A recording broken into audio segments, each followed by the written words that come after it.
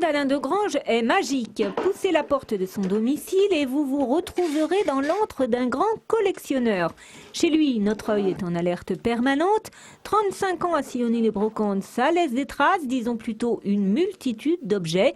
150 phonographes, 7000 coquetiers de tous les âges, ici des porte-montres et un peu plus loin, des jouets anciens. L'appareil que vous avez là, c'est un appareil qui était dans les cafés.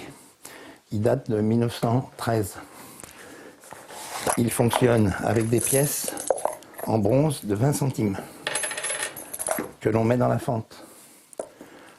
Le client choisissait son disque dans le placard qui est dessous, où tous les disques étaient rangés. Il le posait lui-même. C'est l'ancêtre du jukebox. Il le posait lui-même là-dessus. Et après, il introduisait sa pièce dans la fente. Et normalement, ça marche. Un bébé, quand il naît, il est déjà collectionneur. Il porte le virus de la collection. Mais s'il se trouve un jour dans les circonstances qui font que le virus se réveille, là, il est piégé.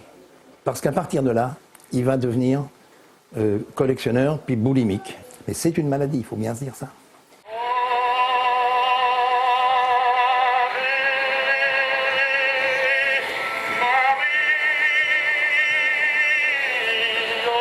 C'est avec l'achat de son tout premier phonographe en 1975 que ce passionné contracte le fameux virus.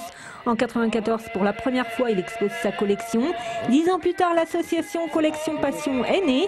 Aujourd'hui, une soixantaine d'adhérents mettent à disposition régulièrement le fruit de leur collecte.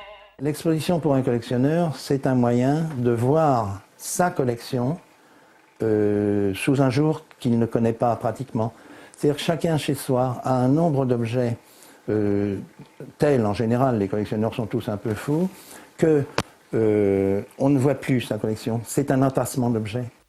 Tous ces trésors se retrouvent régulièrement exposés en Essonne. Les expositions de Collection Passion regorgent d'objets en tout genre, de l'épingle à chapeau aux emballages de carambars.